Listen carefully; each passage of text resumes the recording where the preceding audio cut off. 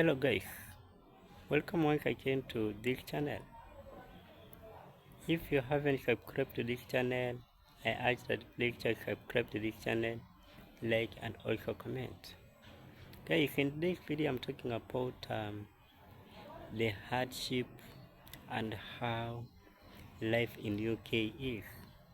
So guys, let us dive into this video, then I'll come up with more reaction. Life in the UK is no joke, like no joke, especially if you're not from here, you weren't born here.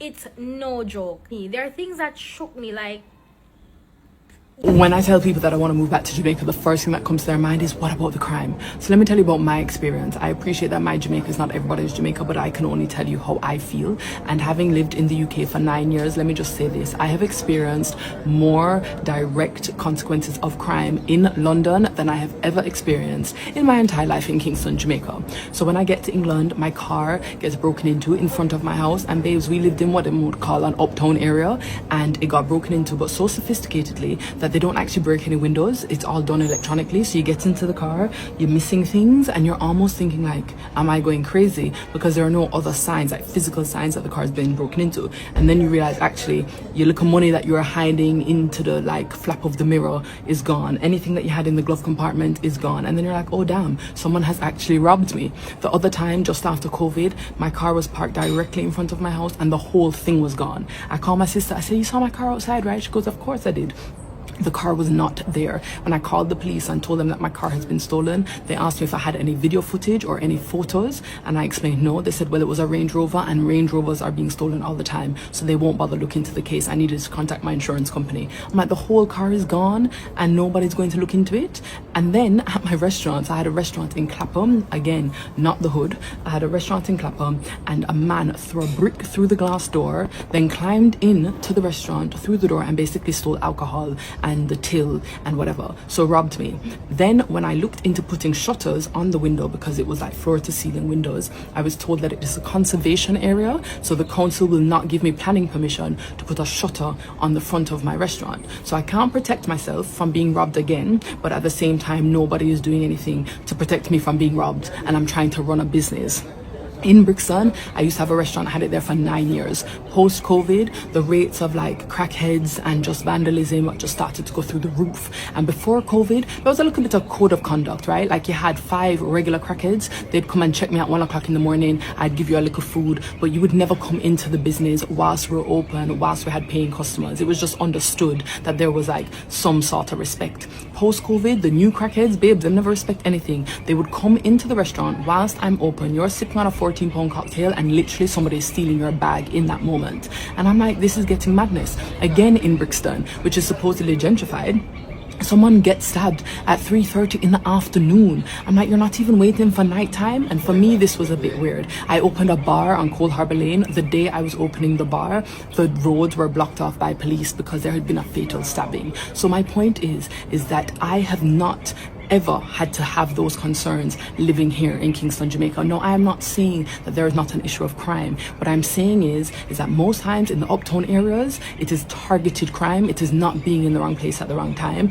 Today I was walking downtown and many people are like, oh no, you can't go downtown. I was going downtown, I was taking pictures, I was taking videos, it was fine. Somebody told me that the rate of crime against tourists or expats is something like 0.001%. Something like that, 0.01, 0.001, you get the gist. It is very little. So when you guys are telling me about crime, there is nowhere that I'm going in Jamaica that I ever feel like my car is actually going to get stolen. And the other thing is that I genuinely believe that if something happened to me in Jamaica, there would be some repercussions. Whereas in London, I felt like it was so much about being in the wrong place at the wrong time, because you have like £1 million houses here and then you have like a volatile estate there, which was very strange to me.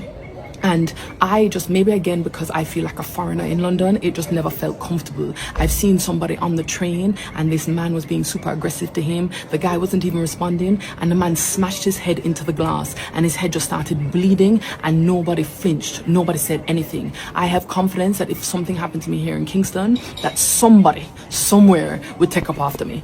And these are just the things that I just wanted to share. Now, please remember, I am not saying that there is not a crime issue. I am not saying that there aren't things that we need to deal with as a country. What I am saying to you is that this idea that in Kingston we're like dodging gunshots all the time, or we're walking around fearing for our lives, clutching our handbags, is just simply not true. And that is my lived reality. I appreciate you guys might have a different story. So no, when I think about moving back to Jamaica, crime is not anywhere near on my radar as a concern. Good morning, Mr. Cities, calling all my Jamaicans and foreigners. Listen to me. It's not easier foreign. Member needs tell you this, yeah? It's not easy. You see, if you're not Jamaica with the beautiful sunshine and river and natural fruits and all these things, wanna stay there and try and make something on yourself. Yes, come here and visit. Me not stop nobody from come out foreign, but listen to me, it's not this cold place. You see, if you're not work, dog near me a supper. Nobody know they help you. Listen to me. And even with job, when we have a job, you see, when you work, you go straight back on bills. You understand me? So you see, when you no call and we can't send a little thing, it's not that we don't want to send it. We have bills to pay. Them bills from council tax to rental, light to gas to what. Me say we can't stop with the bills there. And on top of them tax up and tax upon the paycheck. Listen to me. We hardly have anything to squeeze. You see them when they want to see a party up and party up. Don't get me wrong, them is a party up. We probably just release the stress after them pay them bills and everything. Trust me. Because the money is not there. And where's the cost of living coming, yo? It's not easy. Even with education, you get a job. It's not easy, and it's not that easy if you get a job either. Because you go see interview upon interview. If the people don't like you, you not get the work. You not get the work. Member needs to tell you that. You hear that? So if you're in the Caribbean, which part of the day with nice sunshine, whatever, yes, it might be a little board house, whatever, but I miss my little board house. When I can go a river, get up and cook some food out the door. Yes, sir, you don't have no food, you not eat. No money if you buy food, you can't eat. You can't go trust nothing at the people in the shop. The foreign land not easy. Member needs telling you this. You hear that? Trust me. Me always dream for just work and go back because obviously my mother sent for me. You understand what me? Because she had to seek a better life. Education, me do my flight attendant, everything. But me get sick. You understand me? After that I be a buckling. Yo, remember me tell you. Luckily me have my girl with brain. You understand what me say? Trust me, that place is not easy. You know, this cold land, foreign land is not easy, my people. Remember me telling you that. I see my father back home and I tell him, me just make sure him okay. You understand me? Even though me can't eat sometimes, me make sure him okay. Because me say me nah make him come struggle like me. You must say mad. My father can't come struggle. But my son, me make sure him have everything him have. Want him have everything me have. We scrape, we left back, we just scrape for myself. But anybody can relate to this, so the foreign are not easy. Anybody can say it easy, whatever. To Uno, good luck to Uno. Glad for Uno. But for me, and most people, it's not easy. So. You hear that? For the last video I make about life not easy in the UK. For all who ask why me not go back. The reason why the kids not go back is because I can't find nobody to trust. I have big trust issue. I start business back home so that I could take me little time build up and go back, and it's the own relative of mine rob out everything. Everything in take when me work hard and save and put little. And say one cocoa, full basket, me do that tribe in my business, them rob it out. Okay, that's why me not go back. When I ask why me not go back, that's the reason. Because Jamaica is beautiful. It's just the trust. And me can't save. As I said before, me can't save. As me work now, the money gone back from bills. Bills.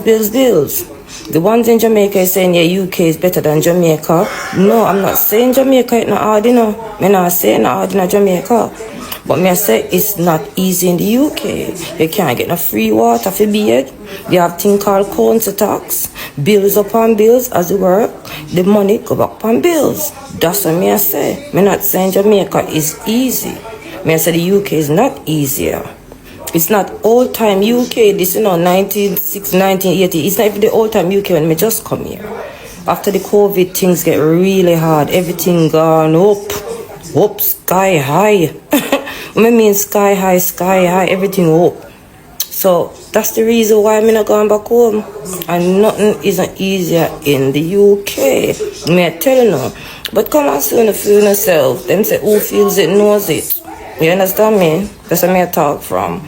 You know, say within the Jamaican diaspora, those of us that live in the United Kingdom really do have it worse. You know, just check the travel time and the time difference for one. 10 hours in the air in one tube above the Atlantic Ocean before you touch down. And when you touch down, you're transported 6 hours back in time. So you leave yesterday, arrive tomorrow, but you're really still in it today. But if you're in a New York, you know, if you're part of the New York diaspora, if you're part of the Miami diaspora, if you're part of the Toronto diaspora, I want 3 hours in upon the plane, you know, I want 45 minutes in upon the plane, and there's absolutely no time difference. And if there's a time difference, it must be about 1 hour or so. And we have what? 3 plane a week, you know, a week leaves London to come to Kingston. You hear me say 3 a week, not 3 a day.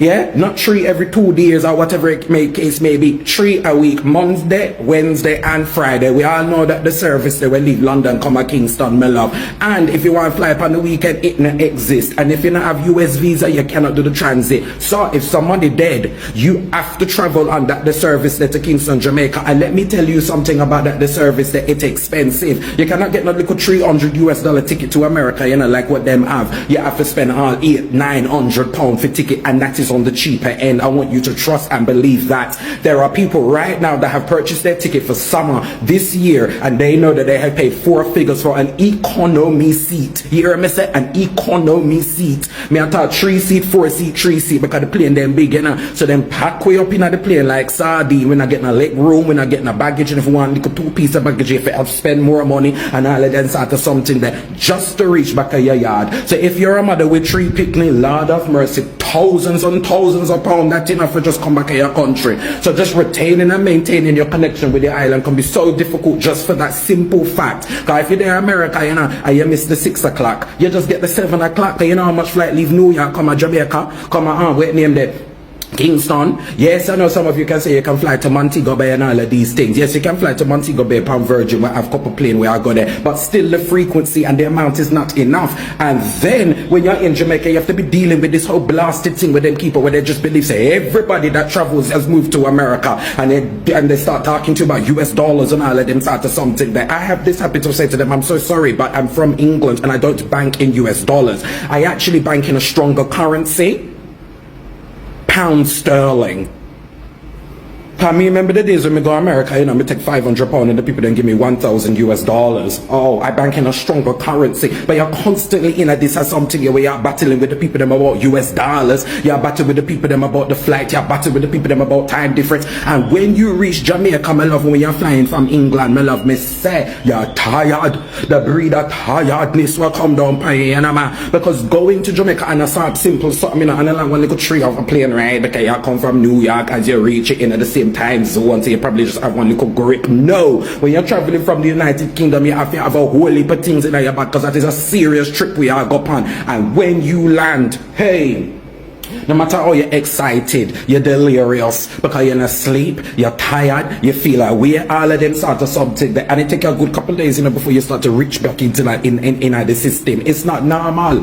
May I tell you, all of the people that will live in England, we know the Caribbean, you know, the Caribbean routine of it all, knows the pressures, understands the pressures. That's why last year, you know, when we get the little opportunity to fly on Norse Airlines, the whole of the Jamaica community in a lot, they excited, my love. Everybody get joke when them pull back them airfares and say them now fly here this year again, so we get the same fucking thing. I believe there needs to be more competition, there needs to be more frequency. Because the plane them will come at Jamaica pack up, and we need more planes to come down Boya, yeah, man, to bring down the prices then, and to just allow for people's journeys and situations to be a bit more. Because the people that the boy them in England and the girl them in England, and know which part them come from, because they can't come down here because it's too expensive for fly. So come on, man, just help us out.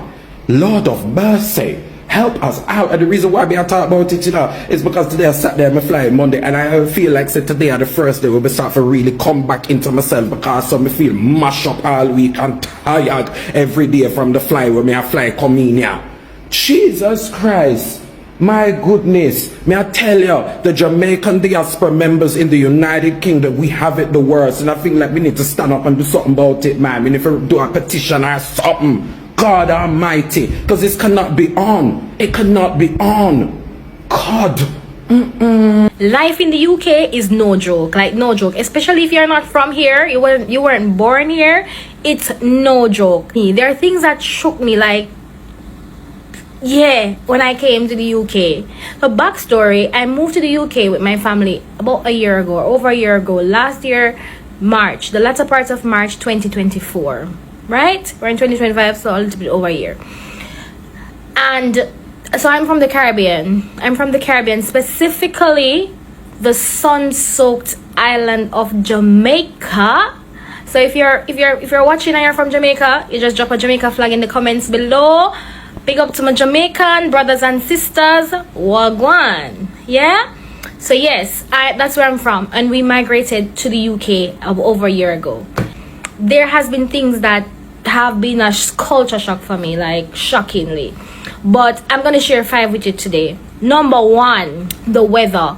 To be honest with you, this was like a reversal shock, because in my mind, I'm like an extremist sometimes. So I was preparing for like freezing cold, finger drop off kind of weather kind of thing, and that was not the case. Mind you, I came in the spring where the weather wasn't too bad. I was preparing to get into the summer, so that wasn't too bad, and that was a good time. Well, so I was told, and so I've experienced that it's a good time to come where you can get to transition into the colder time and preparing for winter. So that was great, but it was cold. Coming from Jamaica, passing through airports and sweating, and then coming here and freezing, obviously there is going to be a shift, and I am going to feel the cold and the drop in the temperature, but it wasn't as severe as I thought it would have been. So that was surprising for me. The weather was surprisingly not as severe as I thought it was gonna be. Yeah, so I was over prepared. Like in warmer time, I didn't have any clothes to wear because everything was warm. In my mind, it's just ice. Cold ice. But that wasn't the case. So that was just a welcoming surprise, so I could get to transition into the weather, so I could prepare myself for the colder time. Number 2, not so favorable, the housing. Now, I'm used to my big backyard, side yard, front yard, all these things, especially if you grow up a country. You're used to your backyard and your little tree, your mango tree, your orange tree over there. So even though the recent communities that they are building, you don't have no backyard. I don't want to call any name. You don't have much space, because them are cut up the house beside each other to get extra space to build house. But you still get a little piece of land one on the back and a little piece one on the side. Here, so it's like a building block right on top of each other. It's just pure apartment. So you come in, you go up to your floor, or you go in your apartment. So if you want to plant one little tree, you have to go get one pot, plant it and put it in your kitchen. So it's just pure apartment. Mind you, obviously, this is not for everywhere and everyone, because it depends on where you are. It depends on what you have. It's not for everybody, but I'm just speaking generally based on what I've seen since I have came here. The housing system is way different from what I'm used to. It's apartment. It's mostly apartment, and you just go in and you shut your door. And the apartment, the rooms are very small. The rooms are smaller than I was gonna say the rooms are small like out of Jacaranda, but I said I wasn't gonna call the name. Anyway, if you know Jacaranda, stop. The rooms are very small. They're smaller than what I'm used to. So when we were searching for places to rent, and that's another story. When I was placing for houses to rent, let me know if you want to hear it. When I was searching for houses to rent, and you see 2-bedroom, this, that. When you look, it's only like a box. So I said, so what go in this? Just some bed. I just your bed and one chair. But yeah, and I said there are exceptions to the rule, because I've gone places and seen places and been in places, and you know, you get different. So it varies. But for the most part, the places that I've seen, this is the case, and that was surprising to me. The housing system was very surprising to me. Number 3, this was a shock, like especially for me who is in healthcare. I know that people in Jamaica smoke. People them smoke and but when I tell you that almost everybody smokes and you just see them and they're smoking, and that was shocking to me. Like outside, out and about, open, randomly just smoking, like everywhere you go. That was shocking to me. I'm not, everybody is at liberty to do what they want and they have the freedom of choice and all of that, but I'm just saying, I'm not used to seeing such a big mass of people, just every other person you walk by smoking. When I meet people in my field and having to ask them the question, do you smoke? I hardly get people that say no, or they would say that no, they don't smoke, but they used to smoke. When you ask them when they stop, last week. Yeah, you do have your few that don't, but I'm just saying it's a lot of people that smoke. That was a shock for me. That was a shock. Number 4, the food. I'm not going to drag us this video. We can do a part 2 if you want, or we can go in detail with certain things, but the food. If you know Jamaican food, you know Jamaican food. If you know Jamaican food, drop some of our national dish. Because we have many national dishes, you know. Even though it's one, we have many things that Jamaican known for. So if you know Jamaican food, let me know what your favorite Jamaican food is. We're full of flavor. We're full of niceness. If you're a pasta, a potato. At first when I came here, I didn't know what to cook. I had to learn how to cook. I had to try and figure out what to cook, because it's either pasta or potato. But outside of that, looking on the positive side of things, and I'm taking it positive from a health perspective. Looking on the positive side, these people, the culture seem to be a very health conscious culture. So the salt was never very savory at all. The sugar need a little bit more glucose in there, because the sugar never have a lot of sugar in of it, and the salt never have a lot of salt in of it, right? So everything kind of lower. I don't know how to explain it, but when I came and they're using the little packet of sugar and you tear it and you drop it in your tea, you see everybody use half a pack, 1 pack. I say, okay. When me pull it down to put it on my tea, I say, so I look around and I say, there's something wrong with me, because I'm not taste nothing. I'm not tasting anything. I'm not going to tell you how much sugar I use, but it's dwindling down. I'm adjusting. But I think it has allowed me to shift my mindset into that direction, which is going to assist me with my growth or my development in terms of my health and my wellness. So that's fine. That's fine. Use a little bit of sugar, a little bit of salt, fine. So things, the thing is like, things are packaged a certain way where you consider your health. Even fast food, when you buy the fast food, it's not very salty or very sweet. I'm not saying that means it's healthy or anything, you know. I'm just saying that a lot of focus is placed on the nutritional benefits of food, right? I'll just leave it there. I'm just gonna leave it there. If we want to talk about it in the comments, we can talk about it. If you want to know more, we can talk about it. But I'm gonna leave it there. I'm still adjusting. I still buy the potato and the pasta, you know, but I'm still trying to figure out ways, and I'm learning different ways and different things that I can do, right? And adjust and find interesting dish to do. I'm still learning, but that was an adjustment, to be honest. And lastly, we're gonna end on a good note. The driving here, the drivers are so courteous. And again, there are exceptions to the rule. Everybody's not the same. But if you know, you know. Driving in Jamaica. But anyway, the drivers here are very courteous. Meaning, if you're about to, if you look like you're going to cross the road, then stop. Worse if you have a child, a baby, they stop. Obviously, you have your stop sign and your light, you wait on that. But I'm talking about minor roads where, you know, vehicles may pass or whatever. You even look like you're going to cross the road, they stop. As a matter of fact, some of the roads, the people here, based on the white line, you have certain signs, and I don't know some of the road codes yet, but you have certain things are sign on the road. Literally, people just walk out.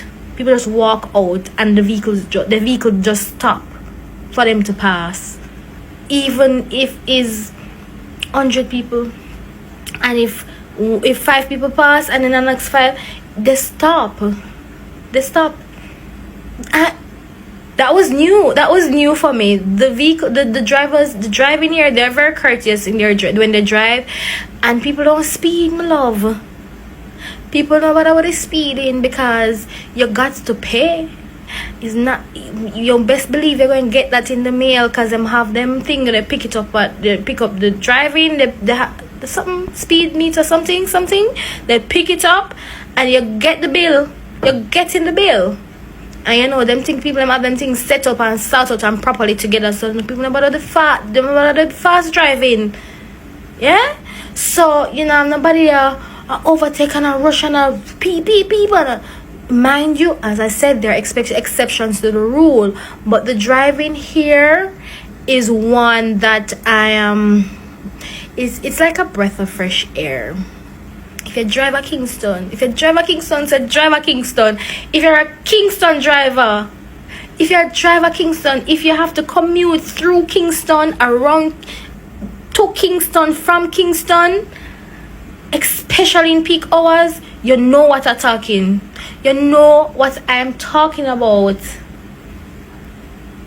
I was pleasantly surprised about the driving here, and how courteous the people are when they are driving and they are considering the pedestrians on the road. Guys, I have so much that I could say. But I don't want to say too much. So if you're interested in a part 2, let me know in the comments below. And I want to know if you are, first of all, if you are from any Caribbean country, drop it below. Drop your flag below. Not even Caribbean, because you have, oh no, we're gonna leave that for our next time. That's shocking. Anyway, we're gonna leave that for another time.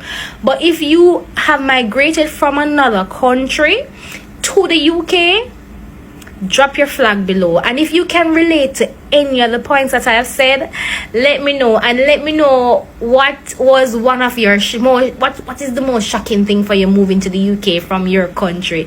I am so intrigued and I'm so interested to know. So let me know in the comments below, and we'll talk more. Okay, we'll talk more about this. Bye bye. Okay, thank you for watching that clip. I know you have seen how these people are expressing how they are facing life in the abroad in the UK. Actually, when I say life, I am meaning at a sometimes back there, when you heard somebody is in UK and you are in this country, you will feel that somebody has suitable life. But now, in a real sense, that good life that people were staying in a UK, in those Western countries, now has shifted. People now are suffering because of the hard life that is there. And when you look, most people in those countries are complaining that life there actually it is not favorable. Life has challenges because when you look at the bills and the salary that you are paying, but they can't match. Imagine you have a salary of let me say $200, and then the bills are over $200. So it means you are not doing nothing. Imagine the rent there is something that is costly, water bills, fire, gas, what those bills are high, and that is now people are complaining because of that high cost of living, and has made people they don't want to stay in abroad. They want to come back to their origin. They want to come. Mostly Jamaicans want to leave their to go to their country because that life is so hard. Two, how people imagine in our countries, like in African countries, you are you are free. You can do anything. You can party, but in those countries, abroad countries like UK, partying is not. You are limited. You are a freeness, so you are not free to do your activities.